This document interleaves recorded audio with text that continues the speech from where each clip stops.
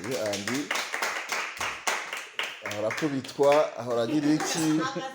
agasiba n'impango voilà donc aha hariho umutwe wa w'ingwe donc parce que c'est l'organisation ngoja kwanza uko nafanya nini chukua maua wewe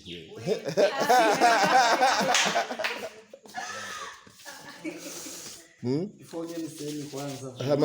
amarero awadi nto twijana akira nta ibintu vyatari ego isi ibintu bikome mugabo ugerageze usangira abandi kuko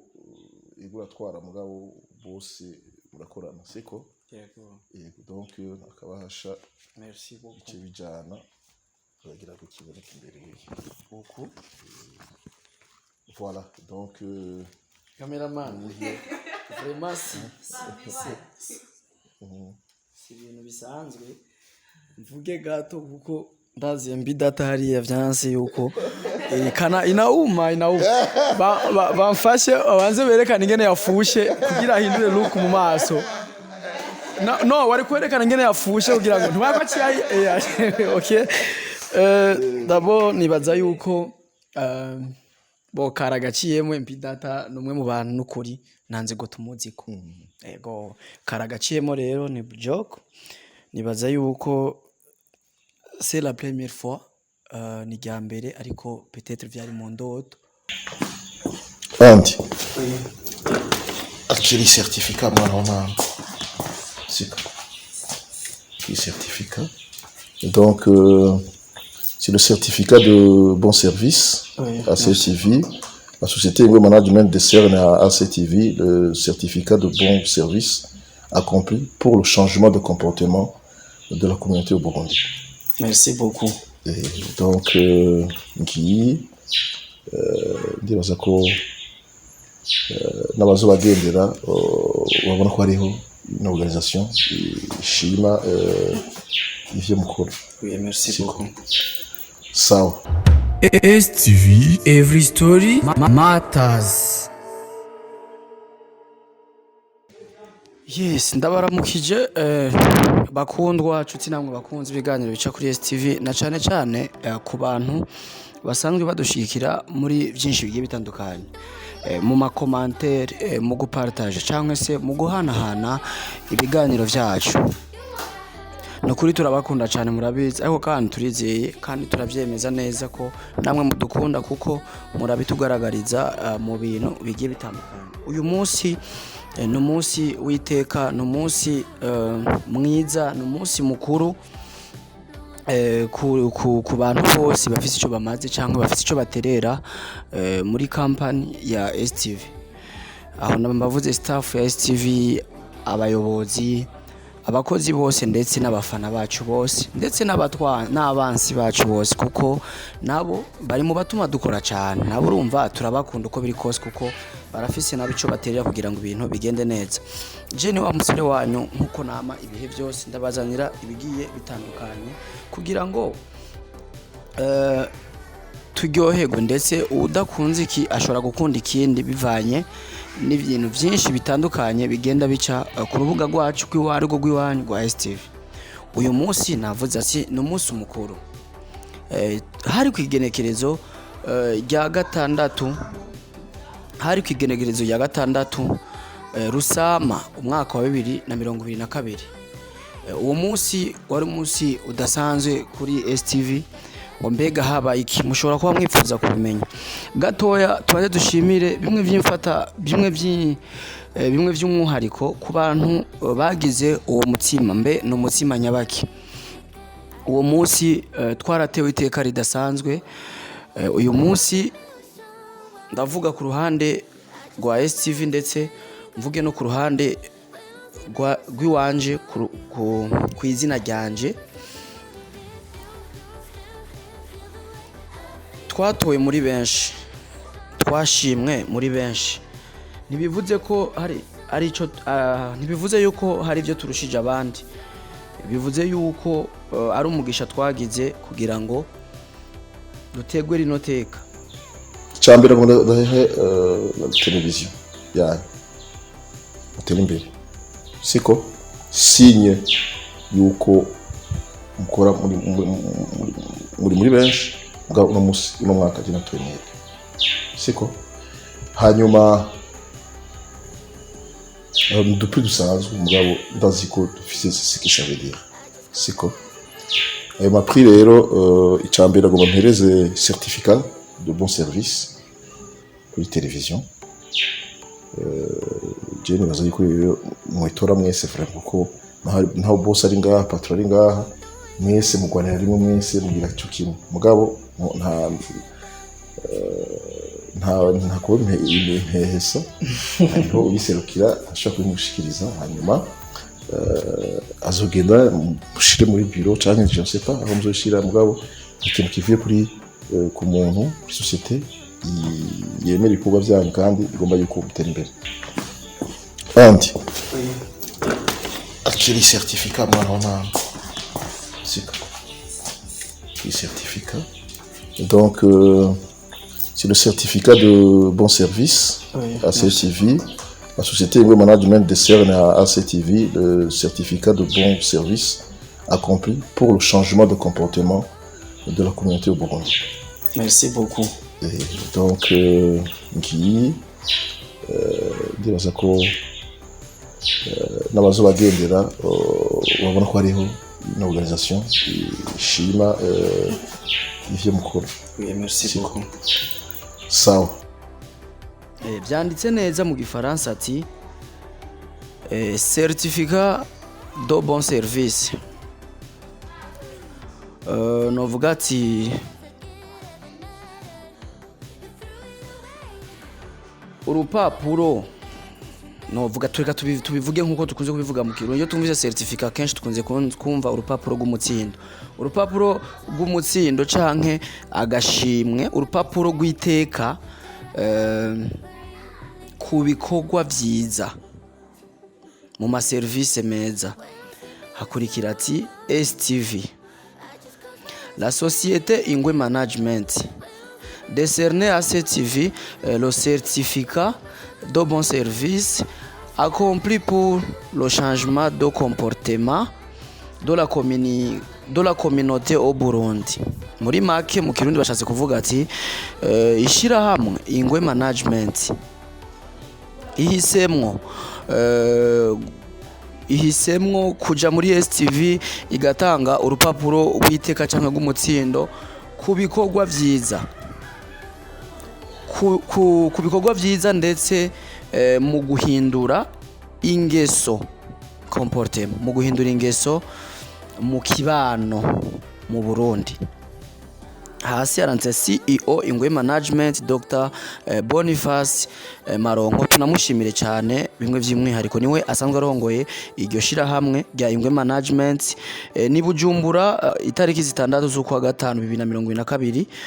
niho bikorewe bigasinywa na nyene icubahiro arongoye iyo societe CEO Dr Boniface Maronko, akaba ari umuganga ndetse akaba akora n'ibindi byinshi bigiye bitandukanye, akaba arongoye iyo management ifasha byinshi, akaba anafise n'umwe mu baririmbyi bakomeye cyane mu gihugu cy'u Burundi.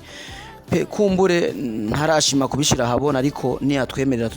tuzobivuga kuko ni ibintu bikorwa byiza.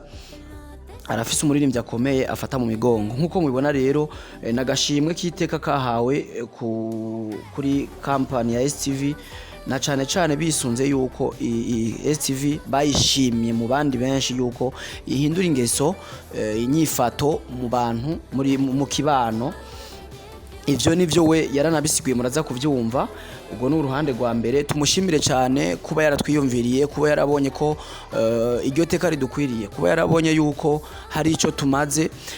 Numwe yaserutse muri benshi ariko turazi ko hariho n'abandi benshi babikora mu bundi buryo, yaba impanuro yaba kudukeza, ariko we yarashimye gukora ikintu sembo, kwerekana ikintu cerekana yuko dushigikiwe. Aranavuga neza mu majambo avuga yuko narakunze ijambo avuga ati mumenye ko ivyo mukora yaba hanze gucanke mu Burundi bikurikirana n'abantu benshi bagiye batandukanye. Rero naravye uri mu mahanga rero cyangwa uri wenyene le plus souvent ucura icambere ucobirukira waje akazi urukira telefone kuko nta kintu utagiye mu kabare cyangwa mu biki.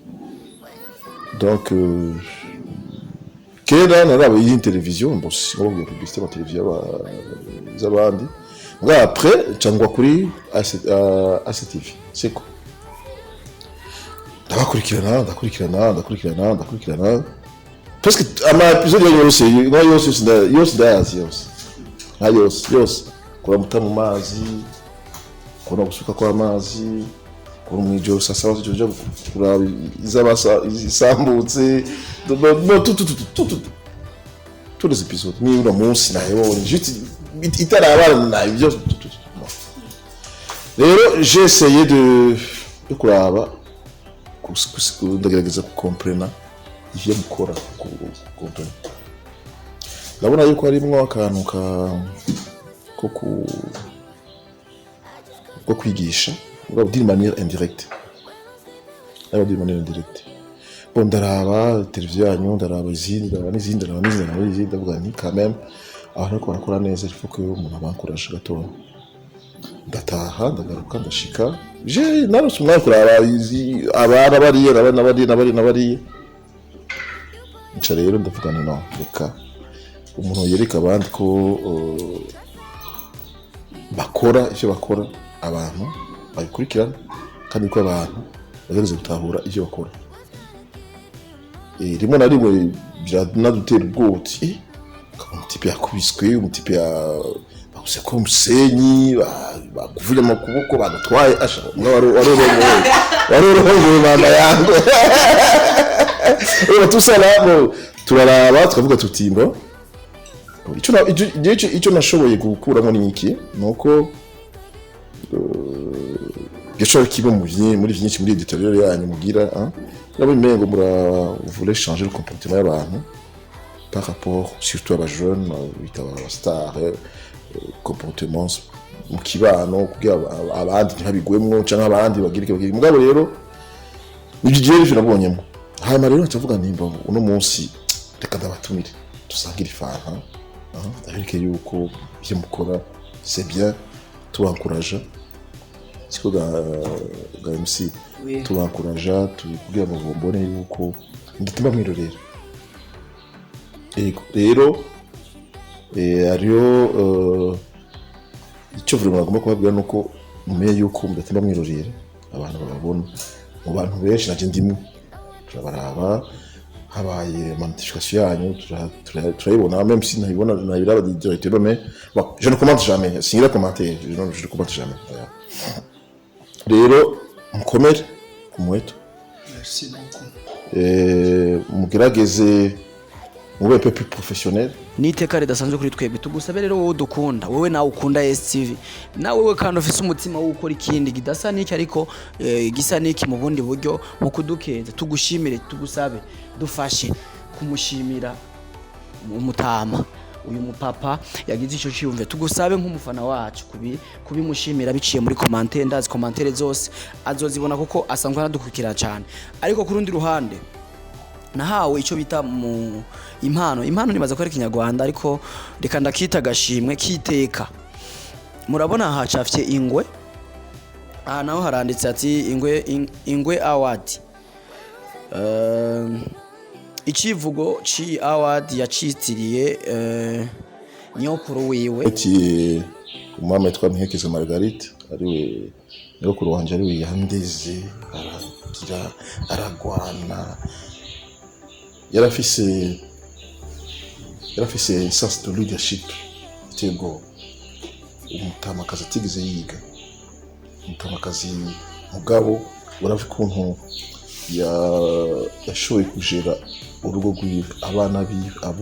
abuzukuru ukarabona ukuntu imitwe yagishe ku buryo n'igihe yagenda twaje tubona ko muri famille hari ikintu cyahindutse tuguti bwa bundi umuntu umenya yuko akomeye yatagihari uyo nkusosofa namwe bagiye tutonagize pri ya mbere yiwe yarasiguye byinshi bakoze ico abibukira ko ntakiriho ariko kandi muzaza kuvyumvira mu ijambo yashikirije kuri uwo munsi hanyuma kandi ni impano nahawe nk'umukozi we yashimye mwiza ndetse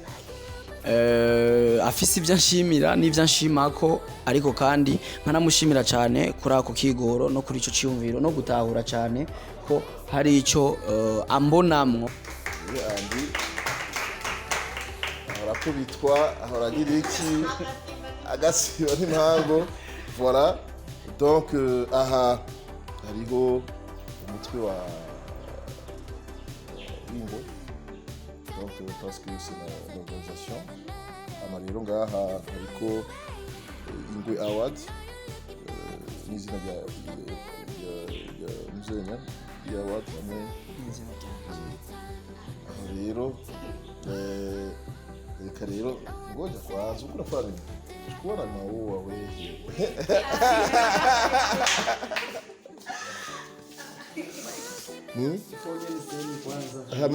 amarero award nto twijana akira nta kintu byakara ibintu bikomeye mugabo ugerageza usabwe abantu ko ubwo atwara mugabo bose bakora siko nuko wahasha kijana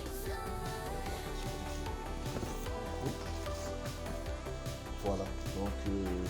cameraman vraiment c'est bisanzwe mvuge gato kuko ndazi mbi data hariya vyanse yuko kana inauma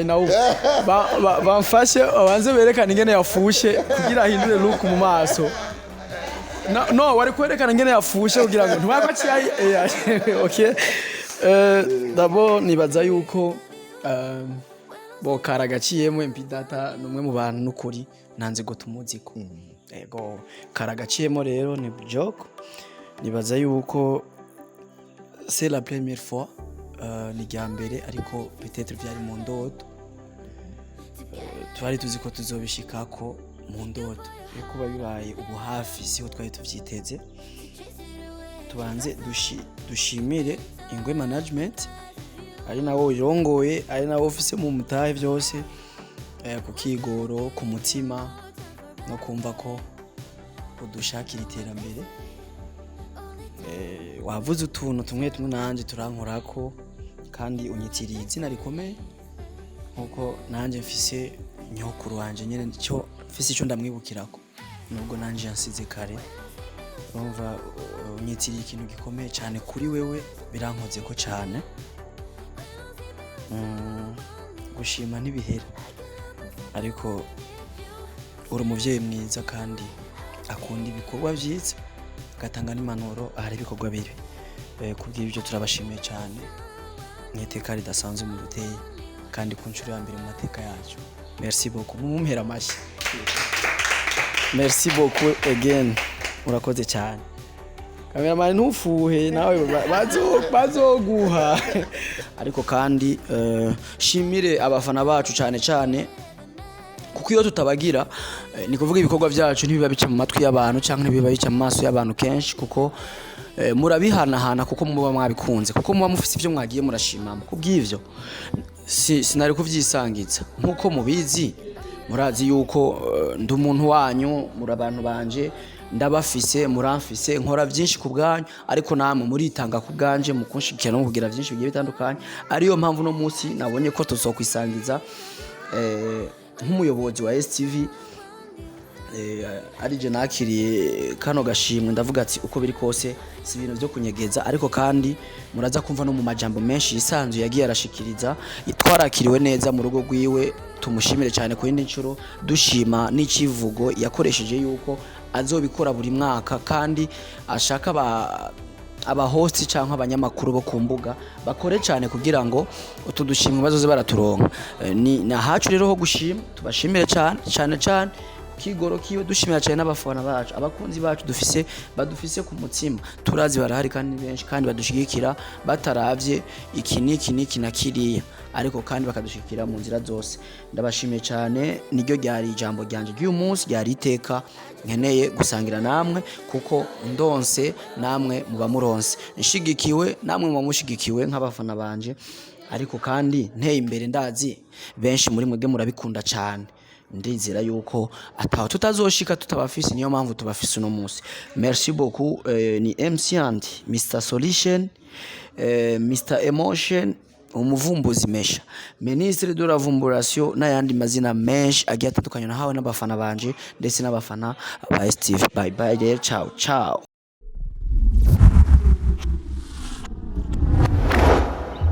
STV, every story matters.